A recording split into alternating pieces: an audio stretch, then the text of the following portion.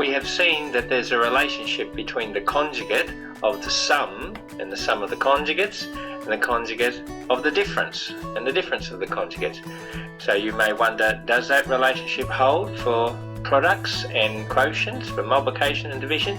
And yes, it does. And we'll have a look at those proofs now. Property number 4 is saying that the conjugate of Z1 times Z2 is the conjugate of Z1 times the conjugate of Z2. And that's really saying that the conjugate of the product of two complex numbers is the product of their conjugates. Again, we'll do this by expressing the complex numbers in Cartesian form. So let Z1 be x1 plus iy1 and Z2 be x2 plus iy2. Then we'll multiply them together, Z1 times Z2, and we have the two lots of brackets. We'll break up the first bracket, expand out the two brackets, replace the I squared by minus 1, put all the real parts together, put the imaginary parts together, and take out the common factor of I in the imaginary parts. And with the imaginary parts, we'll put the x's first and the y's second. So I want you to go through all that and make sure you understand each of those steps.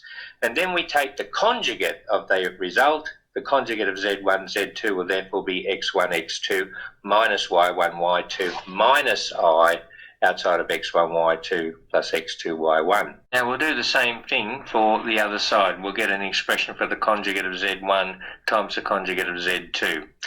And that will start off as x1 minus iy1 times x2 minus iy2.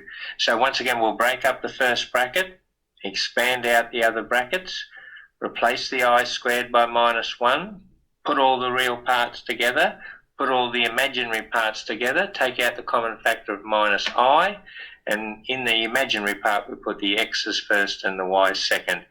And we'll end up with the expression x1, x2 minus y1, y2 minus I outside of x1, y2 plus x2, y1. Now that is the same expression we had for the other side of the property, which is the conjugate of Z1, Z2 obtained on the other slide.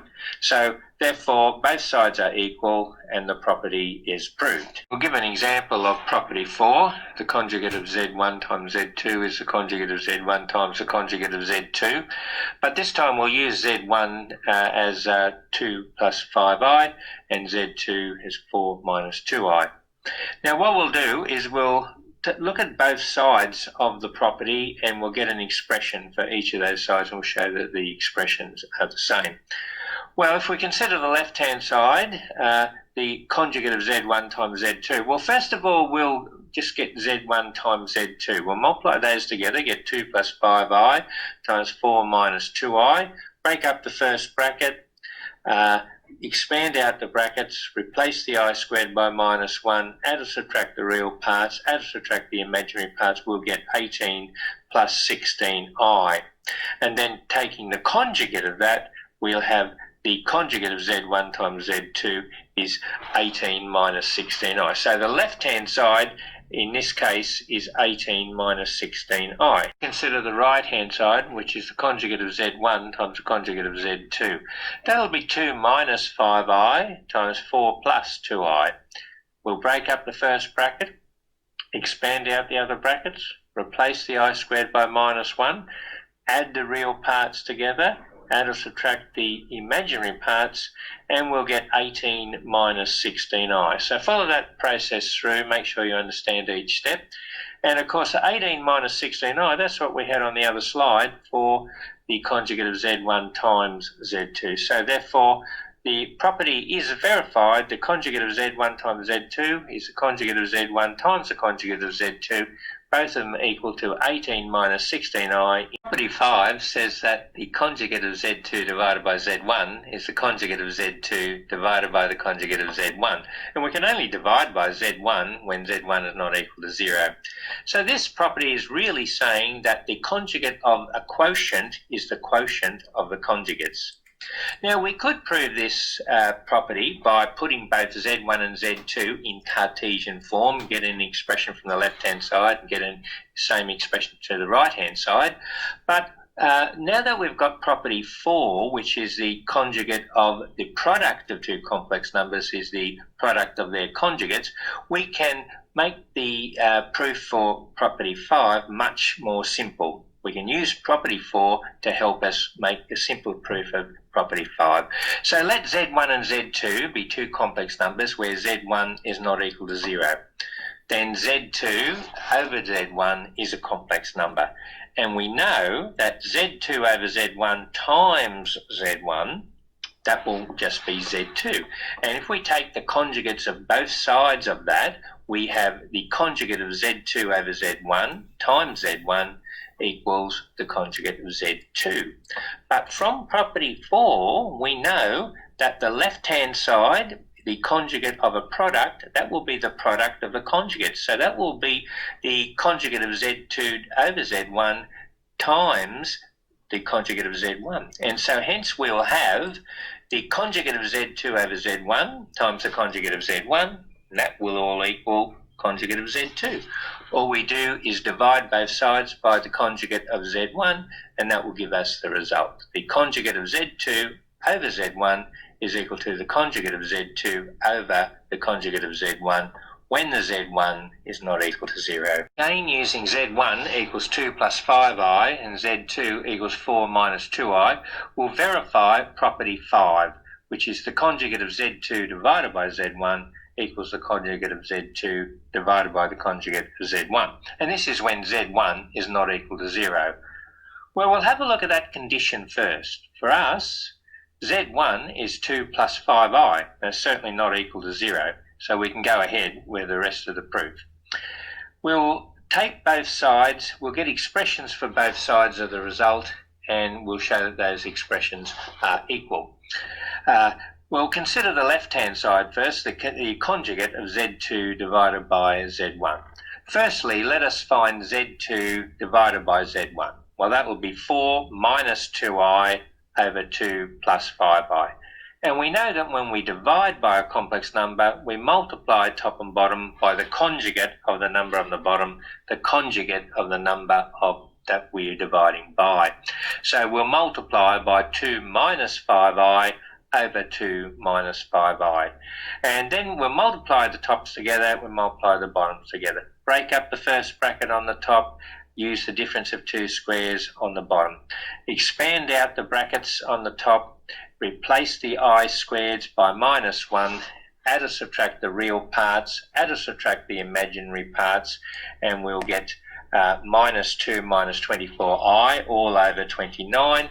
We'll put it in the form of x plus iy, so that's minus 2 over 29 minus 24 over 29i. So have a look at all the steps there. Make sure you understand all the steps in that process. Therefore, the conjugate of Z2 divided by Z1 will be minus 2 over 29 plus 24 over 29i. Now we'll consider the right-hand side, the conjugate of Z1 divided by the conjugate of Z2. Well, that will be 4 plus 2i divided by 2 minus 5i. And so we'll multiply top and bottom by 2 plus 5i over 2 plus 5i. Again, multiply the tops together, multiply the bottoms together. I'm sure you can have a look at all the steps there, check it out very carefully, and make sure that it comes out to minus 2 over 29 plus 24 over 29i. And that's what we had on the previous slide, where it's the conjugate of Z2 divided by Z1.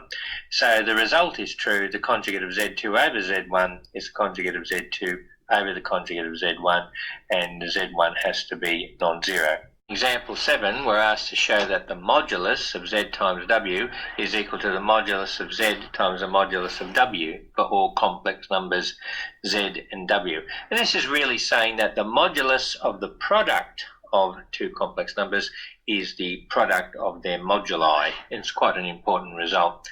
Now, normally with these properties, we take one side and prove it equal to the other side, or we'll take one side, get an expression for it, and we'll take the other side and get the same expression for it. But this time, it's easier to work with the square of one side and prove it equal to the square of the other side. So we'll consider the modulus of z times w all squared. Now, we know from property 2 that the modulus of a complex number squared is that complex number times its conjugate. And so we'll use that here. So the modulus of zw all squared will be zw times the conjugate of zw. But from property 4, we know that the conjugate of zw is the conjugate of z times the conjugate of w. So we can write zw times the conjugate of z times the conjugate of w from property 4. Then all the 4 complex numbers are multiplied, so we can swap them around, put the z's together and put the w's together, so we get z times the conjugate of z times w times the conjugate of w. But again, using property 2, we know that z times its conjugate is the modulus of z squared, and w times its conjugate is the modulus of w all squared. And then we can write that as the modulus of z times the modulus of w, and then all squared. So we've got the square of the left-hand side equals the square of the right-hand side. We take the positive square root of both sides